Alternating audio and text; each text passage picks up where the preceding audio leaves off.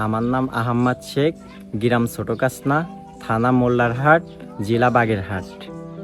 আমাদের ফ্যামিলিতে আর্থিক সমস্যা সমাধান করার জন্য আমি বিদেশে যেতে চেয়েছিলাম। আমি বিদেশ যাব শুনে আমাদের বাড়িতে দালালের আনাগোনা বেড়ে যায় এবং তারা আমাকে নানান ধরনের প্রলোভন দেখাতে থাকে। তারা বলে লাখ টাকা বেতন, এসি রুমে থাকা, বছরে একবার ছুটি, আকামা তাদের। তারা আমাকে বিদেশে নেওয়ার কথা বলে 6 থেকে 7 লাখ টাকা চায়। আমি তাদের টাকা দেওয়ার আগে আমার এক বড় ভাইয়ের সঙ্গে আমি পরামর্শ করি।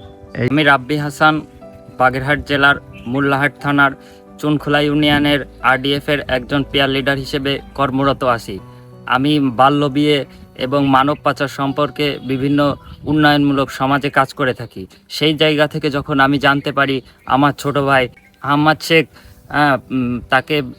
তাদের বাসাতে দালালরা গিয়ে বিভিন্নভাবে প্রলোভন দেখাচ্ছে এবং তাকে পাচার করার চেষ্টা করছে, সেই মুহূর্তে যখন এই তথ্য আমার কানে আসে, আমি তাকে সঠিক পরামর্শ দিই এবং একজন সফল উদ্যোক্তা হতে তাকে যত কিছু করার প্রয়োজন আমি সবভাবে তাকে সাহায্য করি।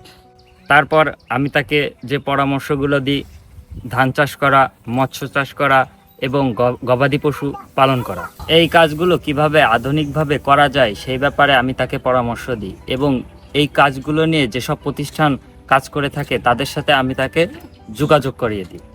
বড় ভাইয়ের পরামর্শ নিয়ে আমি বিদেশে যাওয়ার চিন্তা বাদ দিয়ে গবাদি পশু এবং কৃষি কাজের সঙ্গে যুক্ত হই।